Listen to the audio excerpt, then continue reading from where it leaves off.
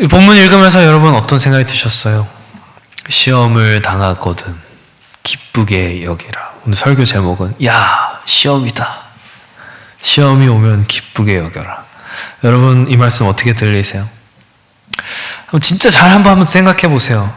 시험이 오는데 그 시험을 내가 기쁘게 여기는 것이 과연 가능할까? 아니 애초에 우리는 나한테 찾아오는 시험이라는 것을 그렇게 별로 기뻐하지 않는데 시험이 생기는 거를 우리는 보통 고난이라고 여기는데 어떻게 시험을 기뻐할 수 있다는 거죠? 성경이 좀 너무한 걸 요구하네요. 좀 더 나가볼까요? 그러면 시험은 우리가 피할 수 있는 걸까요? 시험을 안 당할 수 있는 걸까요? 성경은 시험 당하는 걸 이상하게 여기지 말라 그래요. 베드로 사도가 얘기하죠. 너에게 오는 불시험을 이상한 일 당하는 것처럼 여기지 말고 시험은 살다 보면 피할 수 없는 게 당연하다는 거예요. 겪는 게 당연하다는 말이에요. 그러니까 시험을 기뻐하라고 하는 건 뭐겠어요? 피할 수 없으니 즐겨라. 뭐 그런 식의 교훈일까요? 그러면? 한 가지 질문을 더 던져보죠. 시험은 그러면 우리의 신앙의 깊이와 관련이 있는 걸까요? 신앙이 깊어지면, 믿음의 연차가 점점 더 많아지면 시험이 찾아오지 않는 걸까요? 아니요, 어쩌면 반대이지 않겠어요? 신앙이 깊어질수록 더 큰, 더 어려운 시험이 우리를 찾아오지 않겠어요? 그러면 왜 우리는 시험을 겪어야 될까요? 우리는 시험을 통해서 뭘 얻을까요? 오늘 설교에서 다루겠지만 시험을 바라보는 데에는 두 가지 관점이 있습니다. 하나님의 관점과 사탄의 관점이죠. 아마 당분간 몇 주 동안 이 사탄의 유혹과 시험 그리고 그의 관계에 대해서 좀 시리즈 설교를 하려고 하는데 하나님께서 우리에게 시험을 통해서 믿음을 연단하고 온전하게 하시길 원하세요. 금이 불 속에서 재련되고 순전해지듯이 시험을 통해서 하나님께서 우리를 더 단단하게 더 순결하게 하려고 하시는 거죠. 그래서 하나님은 언제나 우리를 향해 선하신 목적을 가지고 계시다는 걸 우리는 알아야 돼요. 시험은 그 목적을 이루기 위한 하나의 과정인 거죠. 시험을 통해서 우리의 믿음을 성장시키는 거예요. 그런데 사탄은 그 시험을 통해서 그 동일한 시험의 상황을 통해서 우리로 하여금 하나님을 떠나고 싶게 만들어요. 시험을 통해서 우리의 믿음을 성장시키는 게 아니라 무너뜨리려고 해요. 하나님을 의심하게 하죠. 하나님을 원망하게 하죠. 시험을 통해서 우리를 낙담시키고 죄에 빠져들게 하고 또 심지어는 시험 그 자체를 두려워하여 그 시험이 은혜로부터 우리를 마치 끊어내게 하는 것처럼 그렇게 느끼게 만든다는 거예요. 사탄은. 시험의 의미를 왜곡시키는 거죠. 우리를 낙심시키는 거죠. 그러니까 시험이라는 건 사실 어떻게 보면 본질적으로는 우리 안에서 시험을 볼 때 하나님의 관점으로 보느냐 사탄의 관점으로 보느냐 그 주도권의 싸움이 일어나는 상황이자 현장에서 발견되는 게 시험이에요. 그러니까 시험에 시험이 있다는 거예요. 이해가 되십니까? 잘 들으셔야 돼요. 오늘 본문에서 시험을 기쁘게 여기라는 건 시험에서 이기라는 거예요. 시험을 사탄의 관점이 아닌 하나님의 관점으로 보아야 한다는 거예요. 우리의 관점이 사탄의 관점에 동기화되어서 시험 가운데 무너지지 말라는 거예요. 시험 자체를 하나님의 시각과 페어링 하라는 거예요. 아니 변태도 아니고 시험이 주는 고난을 힘들어 근데 즐거워 즐기라는 것이 아니라 시험이 나에게 결국 가져올 결과 그리고 그 성장과 더불어 순결하게 될 단단해질 나의 믿음 그것을 기대하며 기뻐하는 거죠. 오늘 본문 잘 보시면 야고보는 먼저 시험을 당하거든 이렇게 말해요. 시험을 당하거든. 이 말은 시험을 당할 수도 있다는 거예요? 아니면 무조건 당하게 된다는 거예요? 언젠가 무조건 당하게 될 것인데 시험을 피할 수 없을 것인데 그때를 말하는 거죠. 무조건 당하게 된다는 거예요. 여기서 당한다라고 하는 말은 헬라어로 우연히 마주치다, 예상치 못하게 부딪히다, 사고랑 약간 비슷해요. 사고를 당한다는 것과 비슷한 거예요. 그러니까 시험은 아주 우연히 우리가 전혀 예상하지 못하는 타이밍에 우리를 찾아온다는 거예요. 그러니까 피할 수 있어요, 없어요? 피할 수 없는 거죠. 아니, 언제 올 줄 알면 예상하고 피하기라도 하죠. 근데 언제 올 줄 모르니까, 언제 사고가 날지 모르니까 피할 수가 없는 거예요. 신자라면 반드시 시험을 경험한다는 거예요. 심지어는 누구도, 우리 주님도 시험을 당하셨어요. 주님도 광야에서 마귀로부터 시험을 당하셨단 말이에요. 하물며 완전한 하나님이자 완전한 사람이신 우리 주님도 시험을 당하셨다면 우리가 시험을 당한다고 하는 게 조금도 이상한 일이 아니라는 말이에요. 그러면 우리가 피할 수 없는, 당해야만 하는 그 시험이라는 게 본질적으로 뭐냐? 여기서 시험이라는 단어는 헬라어로는 페이라스모스, 몰라도 돼요. 이거는 일종의 테스트이자 시련이라는 의미를 가져요. 뭘 테스트하는 거예요? 시험은 뭘 테스트하는 거예요? 시험은 신자의 믿음을 시험하고 믿음을 증명하기 위한 거예요. 잘 들으세요. 시험은 여러분들의 믿음을 시험하는 거라는 사실을 여러분 반드시 기억해야 됩니다. 그러니까 시험은 그냥 어쩌다가 마음에 찾아오는 어려움, 그런 게 아니라, 겨우 그 정도가 아니라 시험은 믿음을 시험하는 거예요. 믿음을 테스트하는 거예요. 더 나아가서 그래서 시험은 신자의 믿음을 시험할 뿐더러, 믿음을 테스트할 뿐더러 신자의 믿음을 성장시키기 위한 목적이 있다는 거죠. 학교에서도 우리가 시험을 통해서 무언가를 학습하고 그리고 성장하듯이 시험은 우리를 연단시키고 또 성장시킨다는 거예요. 본문에서 또 우리가 주목할 것은, 시험을 가리켜서 뭐라 그래요? 내 형제들아, 너희가 여러 가지 시험을 당하거든. 여러 가지 시험이라고 해요. 여러 가지 시험. 그러니까 시험은 형태가 하나예요, 여러 개예요? 여러 개예요. 한 가지 형태로만 우리를 찾아오지 않아요. 쟤한테 찾아온 시험이 나한테 똑같이 찾아오지 않아요. 서로 각자에게 다르게 찾아오고 때마다 다르게 찾아와요. 다양한 형태, 다양한 영역에서 우리를 찾아와요. 신체적인 고통일 수도 있어요. 관계적인 어려움일 수도 있어요. 경제적인 빈곤일 수도 있어요. 직장에서의 문제일 수도 있어요. 정서적인 고통일 수도 있고 영적인 문제일 수도 있죠. 하나님께서는 우리의 인생의 다양한 영역에서 우리를 단련하세요. 그럼 왜 이렇게 다양한 영역에서 시험이 우리를 찾아와요? 왜 다양한 영역에서 시험을 당해야 돼요, 우리는?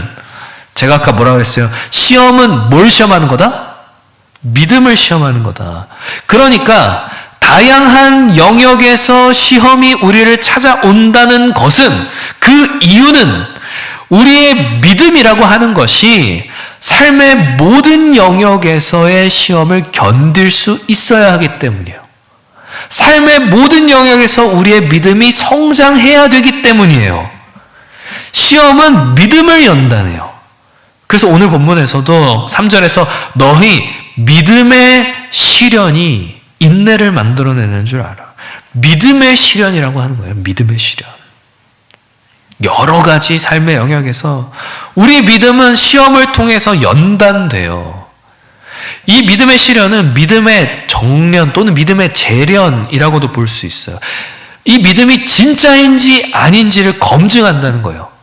이게 금인지, 아니 금처럼 빛나는 다른 비슷한 금속인지 불에 넣어보면 그게 확실하게 드러나게 되듯이, 또 불에 넣어지면 불순물이 제거되고 순전하게 재련되듯이 믿음의 시련은 우리 믿음의 불순물들을 제거한다는 거예요. 시험은 그런 일을 하는 거죠. 사탄은 시험을 통해서 우리의 믿음을 파괴하려고 하지만 하나님은 그 시험의 불길을 통해서 우리의 믿음을 순결하게 하세요.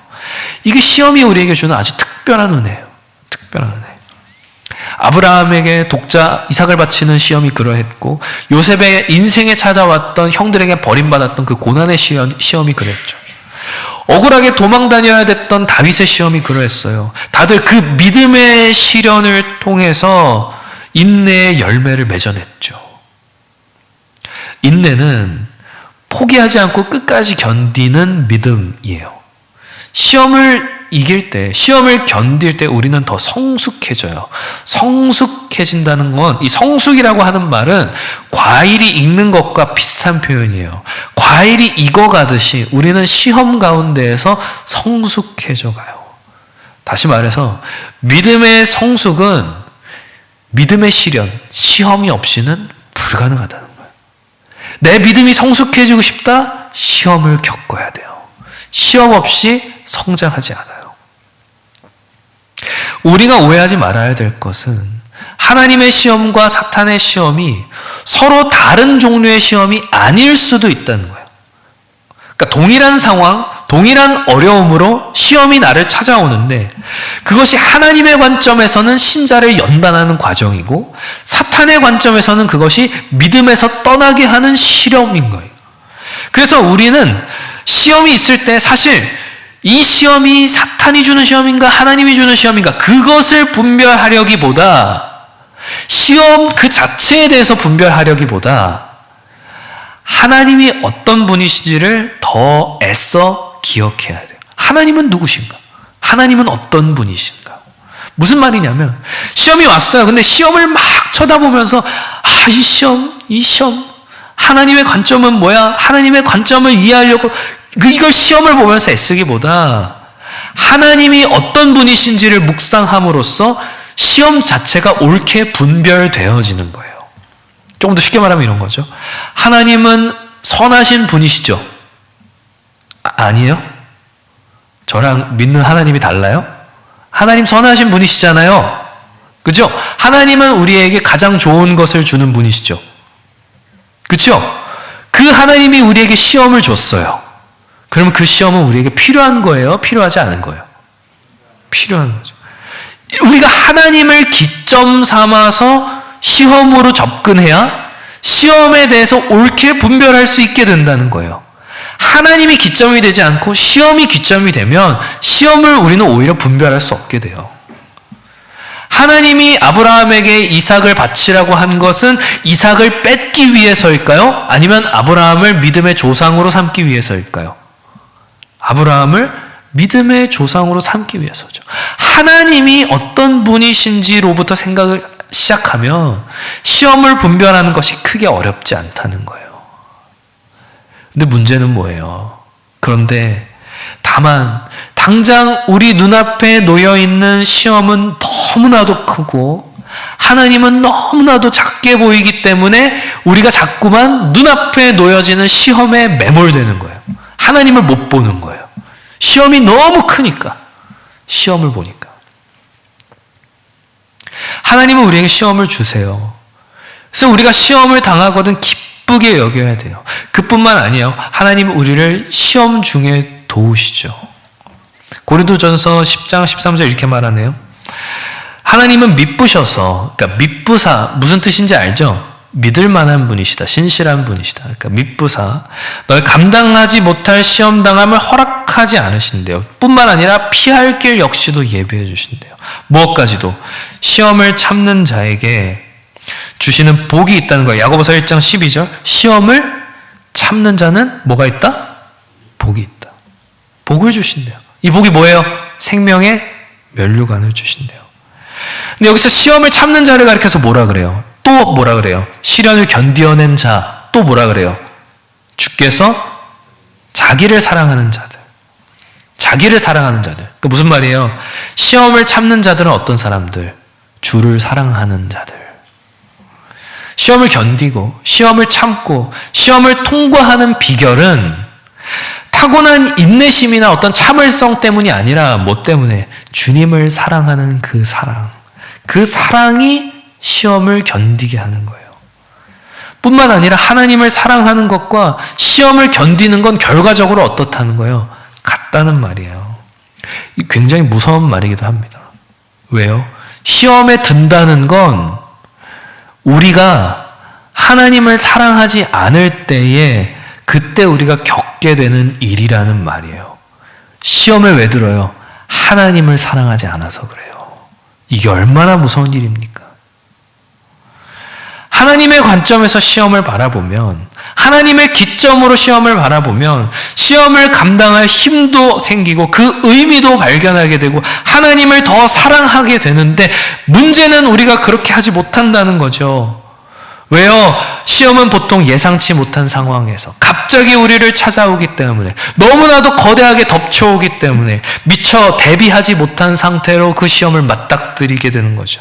당황하고 두려워하고 흔들리게 되는 거죠. 하나님을 사랑해요. 그런데 사랑을 잊어버리는 거예요. 하나님의 관점보다 사탄의 관점이 더 쉽게 우리를 지배하게 되는 거예요. 그래서 우리는 뭐가 중요해요? 그런 상황이 왔을 때 시험이 왔구나. 이걸 인식하는 게 중요해요. 이건 지금 시험이구나. 이걸 인식해야 돼요. 그래야 시험에 당하지 않아요.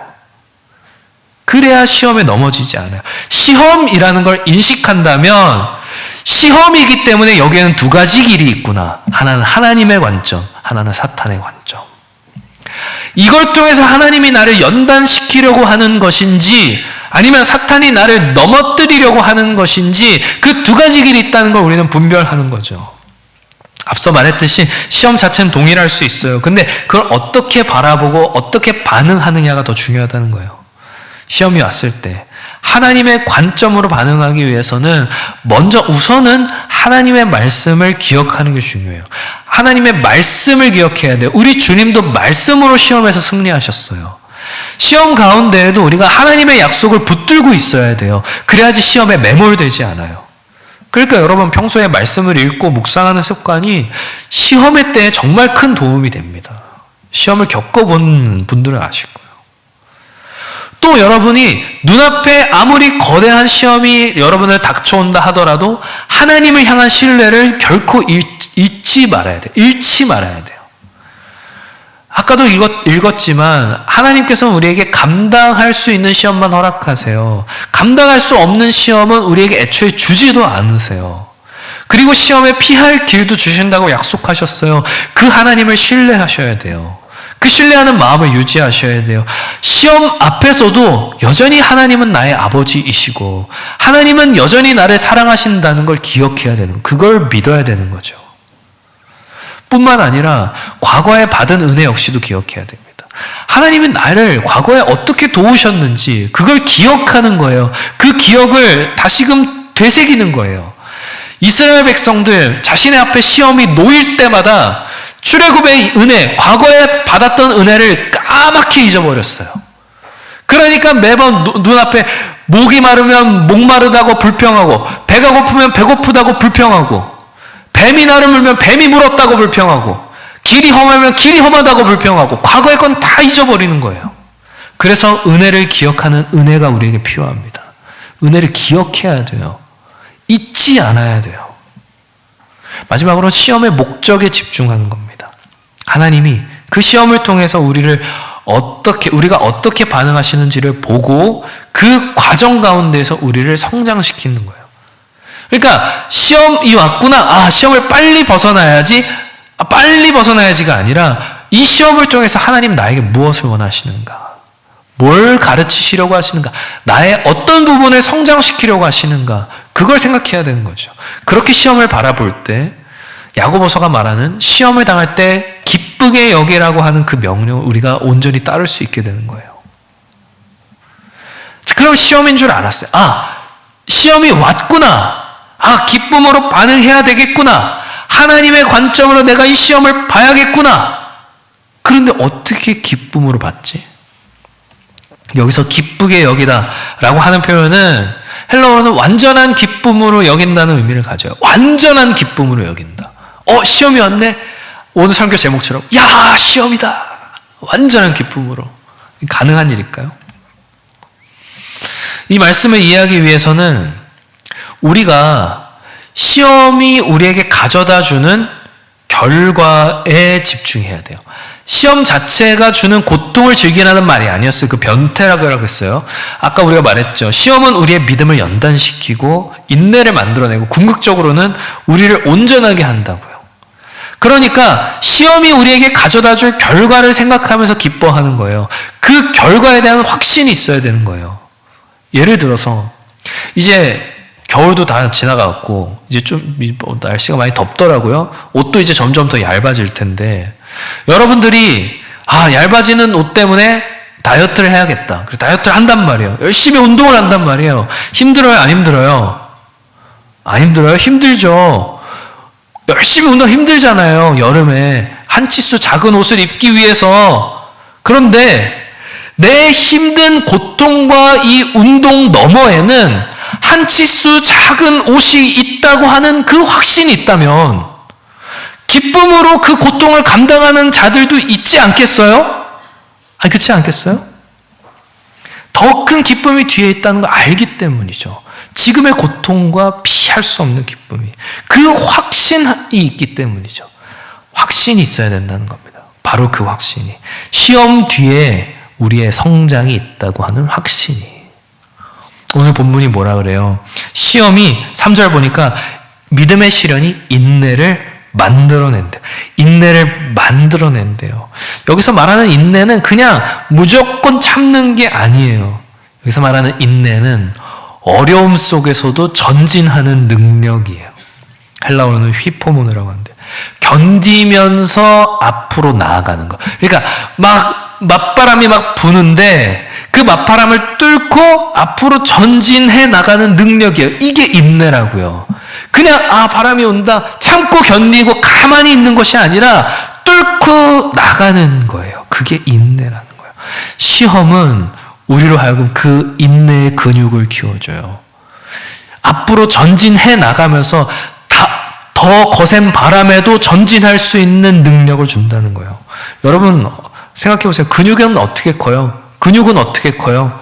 저항을 이겨내는 과정 가운데서 근육이 성장하죠. 아무런 저항이 없이 근육이 성장할 수 있어요? 아니죠. 근육의 사이즈를 키우려면 더 큰 무게를 가지고 더 큰 저항을 가지고 운동을 하는 거죠. 시험이란 우리의 믿음이란 근육을 성장시키는 저항이에요. 믿음의 근육이 시험이라는 저항을 통해서 성장한다는 거예요. 그리고 우리는 그 저항 가운데에서도 하나님을 의지하는 법을 시험을 통해 배워요. 아까 뭐라 그랬어요? 시험을 보는 것이 아니라 하나님을 보는 게 중요하다 그랬죠. 시험 가운데에서도 하나님을 바라보고 하나님을 신뢰하는 법을 시험을 통해 배우게 된다는 거예요. 우리의 신앙을 엄청 성장시키는 계기가 돼요. 시험 뒤에 있을 기쁨을 알아도 하나님을 의지하는 법을 시험을 통해 배운다는 걸 알아도 그래도 시험이 힘들어요. 그래도 시험이 견디기 싫어요. 그래도 자꾸 우리의 시선이 시험을 향해요. 그럴 때는 어떻게 해야 돼요? 진부한 답일지 모르겠지만 가장 우선시되는 정답은 먼저 기도하는 거예요. 시험 속에서 무엇보다 인간적인 생각이 아닌 하나님의 지혜가 필요하거든요. 그 하나님의 지혜는 우리가 가만히 앉아서 얻을 수 있는 것이 아니라 기도를 통해서 얻게 돼요. 기도를 통해서 하나님의 뜻을 깨닫고 기도를 통해 하나님의 지혜를 얻어요. 시험을 극복할 힘을 얻는 거죠. 우리의 지혜가 아니라 하나님의 지혜를 우리는 기도를 통해서 구해야 되는 겁니다. 또 중요한 게 있어요. 기도했죠. 감사를 잃지 않는 게 중요해요. 시험 가운데에서도 감사를 잃어버리지 않는 거. 감사하는 태도가 중요하다는 거예요. 감사하면 뭐가 열리는지 아세요? 감사하면 귀가 열려요. 그러니까 감사하지 않을 때는 아무것도 안 들리거든요. 아무것도 내 귀에 들어오지 않아요. 그러니까 내 스스로한테 자꾸만 빠져들어요. 함몰돼요. 근데 감사하기 시작하면 귀가 열려요. 그리고 그때 우리가 시험을 기뻐할 수 있는 힘, 그걸 공동체가 우리에게 줍니다. 공동체가 시험의 짐을 함께 져줘요. 사랑하는 청년들이여, 혼자서 시험을 감당하려고 하지 마세요. 성경은 너희가 서로 짐을 지라. 그리하여 그리스도의 법을 성취하라. 이렇게 말해요. 서로의 짐을 지어서 그리스도의 법을 성취한대요. 이게 얼마나 놀라운 일이에요. 그리스도의 법이 뭔데요? 사랑의 법. 그 사랑의 법을 성취한대요. 서로 짐을 지어주면서. 우리는 서로의 짐을 지어주는 거예요. 교회 공동체는 시험의 때에 우리가 그래서 의지할 수 있는 곳이에요. 내 짐 좀 대신 져줘. 부탁할 수 있는 곳이에요. 모세의 팔이 내려올 때 아론과 훌이 그의 팔을 붙들었듯이 공동체는 우리의 무너지는 팔을 붙들어주는 자들이에요. 공동체가 있어서 우리는 시험을 기뻐할 수 있어요. 내 짐을 함께 져주는 이들이 있기 때문이죠. 자, 그럼 이제 순서대로 한번 생각해 보죠. 시험이 우리를 찾아왔다. 자, 그러면 어떻게 해야 돼요? 가장 먼저 뭘 해야 돼요? 가장 먼저 우리는 시험의 의미를 이해해야 되죠. 시험을 부정적으로만 보는 것이 아니라 시험 왔어. 시험. 이게 아니라 하나님의 훈련 과정이 나를 왔구나. 이걸 볼 수 있어야 되죠. 조각가가 망치와 끌로 이렇게 두드리듯이 그렇게 돌을 가지고 아름다운 작품을 만들어내듯이 하나님께서 시험이라는 도구를 통해서 그 칼과 끌을 통해서 우리를 빚어가시고 계시는구나. 그걸 깨닫는 거죠. 인정하는 거죠. 나를 망가뜨리려고 나를 찍는 것이 아니라 나를 아름답게 더 멋진 모습으로 빚어가시기 위한다라는 걸 가장 먼저 우리는 기억해야 되는 거예요. 또 동시에 우리는 시험 앞에서 사탄의 작전 역시도 간파해야 돼요. 사탄은 똑같은 시험이요. 근데 그 똑같은 시험을 통해서 우리로 하나님을 떠나게 만들어요. 우리의 눈을 자꾸만 시험 자체에 고정시키게 해요. 하나님이 안 보이게 만들어요. 시험이 하나님보다 더 커 보이게 만들어요. 사탄의 전략은 언제나 비슷합니다. 하와를 유혹할 때도 그랬어요. 야, 선악과 저거 봐봐. 시험거리 봐봐. 시험거리를 보니까 시험에 넘어가는 거예요.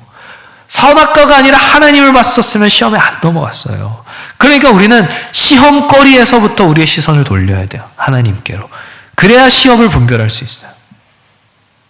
자, 그리고 우리 스스로에게 물어야 되죠. 그러면 이 시험을 통해서 하나님이 나에게 원하시는 게 무엇일까? 그렇게 물으면서 동시에 확신해야죠. 무엇을? 하나님은 선한 분이시지. 하나님은 항상 나에게 가장 좋은 것을 주는 분이시지. 그러니까 이 시험은 나를 연단하기 위한 거야. 나를 성장시키기 위한 거야. 그걸 믿고 확신해야죠. 또 여러분이 받는 시험을 반드시 믿음과 연관지어 정의하세요. 여러분 자신 스스로가 여러분이 당한 시험을 정의할 때 그것을 여러분의 믿음과 연관지어 정의시키라는 거예요. 이 시험은 이 영역에서의 믿음을 성장시키기 위해 주어진 거야. 그리고 나는 하나님을 향한 나의 사랑으로 이 영역에서의 시험을 나는 이겨낼 거야. 그리고 이 영역에서의 믿음을 성장시킬 거야. 그렇게 기쁨으로 받는 거예요. 여러분 이해가 되시죠? 어떤 영역에서 여러분에게 시험이 찾아오든 그것이 물질의 영역이든 재물의 영역이든 친구와 연인, 가족 등 인간관계의 영역이든 아니면 장래와 미래 혹은 사회생활의 영역이든 그 영역 가운데서 찾아오는 시험을 그 영역에서의 나의 믿음을 성장시키는 계기로 정의시킬 수 있어요. 정의 내릴 수 있어야 된다는 거예요.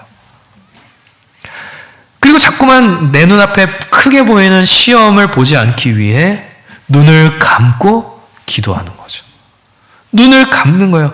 그리고 감사함으로 공동체와 어려움을 함께 나누는 거예요. 믿음의 동료, 형제, 자매들과 시험의 짐을 나누어지는 거예요. 그러면 시험을 견디게 돼요. 통과하게 돼요. 그 시험을 지나가게 돼요. 그리고 여러분의 믿음이 성장하게 돼요. 그런데 거기서 끝이 아니에요. 그것을 여러분이 지나온 시험, 그것을 기억해야 돼요. 그걸 기억해야 돼요. 나는 어떤 시험을 통과해 지나왔는지를 기억해야 돼요.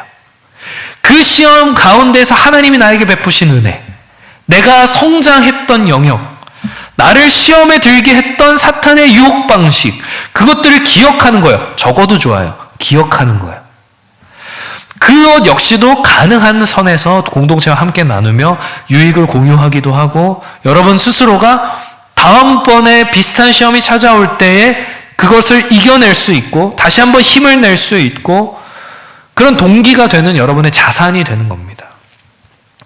시험을 통과하여 연단된다는 건 이 과정을 말하는 거예요. 그게 여러분들을 성장시키는 거예요. 시험은 우리 신앙의 일부이자 성장의 과정이에요. 그래서 시험은 우리를 무너뜨리게 할 수도 있지만 시험은 우리를 더 강한 믿음의 사람들로 만들 수도 있는 거예요. 사랑하는 청년들이요, 말씀을 맺으려고 합니다. 설교의 끝자락에서 우리는 한 가지 놀라운 역설을 발견하게 돼요. 시험, 우리가 정말 피하고 싶어하는 것인데, 우리가 정말 피하고 싶어하는 그것이 사실 우리에게 정말 필요한 것이라고 하는 역설을 우리는 마주하게 되죠. 입에 쓴 약이 몸에 좋듯이 시험이라고 하는 쓴 경험이 우리의 영혼을 더 강하게 만들어준다는 거예요. 그래서 시험은 사실 우리 영혼의 거울이에요. 우리는 시험을 통해서 뭘 보게 되냐면 내가 무엇을 사랑하는지, 내가 무엇을 소망하는지, 내가 무엇을 신뢰하며 살아가는지 그걸 그대로 보여줘요. 무엇에 시험을 당하는지가. 그리고 시험은 우리가 정말 하나님을 사랑하는지 아니면 그냥 하나님이 나에게 주신 것들을 사랑하는 것인지 그게 시험 가운데에서 여실히 드러나요. 시험은 우리에게 진실을 알려줍니다. 하나님을 향한 우리의 사랑의 진정성을 아주 제대로 우리에게 보여줘요. 더 놀라운 것은 이 시험이라고 하는 거울을 통해서 우리 자신의 민낯만 볼 뿐만 아니라 우리는 하나님을 볼 수도 있다는 거예요. 시험 가운데 우리가 하나님의 관점으로 그 시험을 바라보고 하나님의 뜻을 구하며 하나님께 의지할 때 우리는 하나님이 어떤 분이신지를 시험 가운데서 더 명확하게 보게 돼요. 평안할 때 볼 수 없었던 하나님을 시험 가운데에서 만나게 돼요. 마치 다니엘의 세 친구가 풀무불 가운데에서 주님을 만났듯이. 이게 시험의 역설적 축복이에요. 시험은 우리가 원하는 것은 아니지만 우리에게 필요한 것일 수 있어요. 우리를 망가뜨리는 것이 아니라 우리를 온전하게 하는 과정이라는 거예요. 그래서 시험은 우리를 하나님으로부터 멀게 하는 것이 아니라 오히려 더 가까이 하게 하는, 더 하나님과 가까워지는 은혜의 수단이 되기도 한다는 겁니다. 청년들이요, 우리는 흔히 신앙생활에서 평안과 축복을 구하며 살죠. 평안과 축복을 구하는 게 잘못된 건 아니에요. 그런데 더 깊은 신앙의 성숙은 종종 시험이라고 하는 거친 비바람과 폭풍우 가운데에서 이루어진다는 사실을 여러분 기억해야 돼요. 나무가 강한 바람 가운데서 더 깊은 뿌리를 내리듯이 우리의 믿음 역시도 시험을 통해서 더 깊고 단단해질 수 있다는 거예요. 그래서 야고보가 오늘 본문에서 말하는 겁니다. 시험을 만나거든 기쁘게 여기라. 고통을 즐기라는 말이 아니라 그랬어요. 시험이 가져올 결과를 기대하라는 말이었어요. 시험은 잠시지만 그게 만들어낼 인내와 성숙은 영원한 거예요. 그래서 시험이 우리를 망가뜨리는 것이 아니라 우리를 조금씩 하나님의 형상으로 빚어가는 과정인 거죠. 사랑하는 청년들이요, 시험이 여러분을 삼키게 내버려 두지 마세요. 오히려 시험을 통해서 더 강해진 믿음을 소유하세요. 시험에서 승리하여 시험의 축복을 경험하세요. 부디 바라옵기는 여러분들이 경험하는 모든 시험이 여러분들을 더 성숙한 신앙인으로 빚어가는 과정이 되어서 시험을 두려워하지 않고 오히려 시험을 기쁨으로 맞아들이는 그런 주의 청년들 다 되실 수 있기를 주님의 이름으로 축원합니다.